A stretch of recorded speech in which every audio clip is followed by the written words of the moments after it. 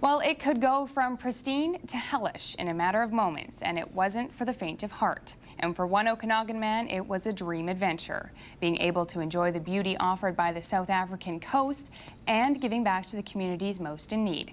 Eric Cito reports. But there were some people who had broken arms, we had a broken leg, somebody else actually got a compressed spine as they rode into a cow. This doesn't sound like the most ideal way to spend a dream vacation, but for one thrill-seeking Kelowna man, this was a walk in the park. There was a couple of points where I was pushed further than I might have gone on my own, but certainly not in danger. I wouldn't say I felt in danger, but I've lived my life as an adventure junkie, so it's probably relative. Mark Jennings-Bates was among the 80 or so other riders who recently returned from the grueling 12-day Enduro motorbike rally. Over the trip, they traversed through some of the roughest terrain in South Africa while raising money for some of the poorest people on the continent. Altogether, they raised $700,000, all of which will go to providing aid for the impoverished region.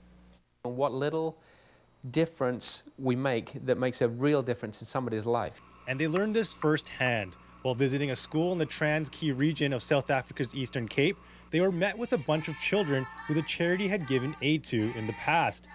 And it was what happened next that Jennings-Bates will remember for a long time. So we went to visit that school with some more projects that we wanted to do, and we were greeted by the 60 or so school children singing in this choir, and honestly there were 80 bikers who were just in tears, and it was fantastic. It was just a very emotional experience. And it was also that feeling of jubilation after completing the rough terrain that he'll remember. We had one girl on the trip who'd got a motorbike license 13 days prior to getting on the trip. And I swear every day she had mud tear-stained cheeks because the challenges just got to her. She couldn't physically do them very easily, but every day she carried on and she'd get to the end. And when you have somebody like that as part of your team that is really struggling to finish, there's a tremendous amount of elation at the end, and well done, lots of pats on the back. Jennings-Bates says everyone has the ability to change a person's life. All it takes is a little compassion and a little money. The first 30% of your life is learning how to do things.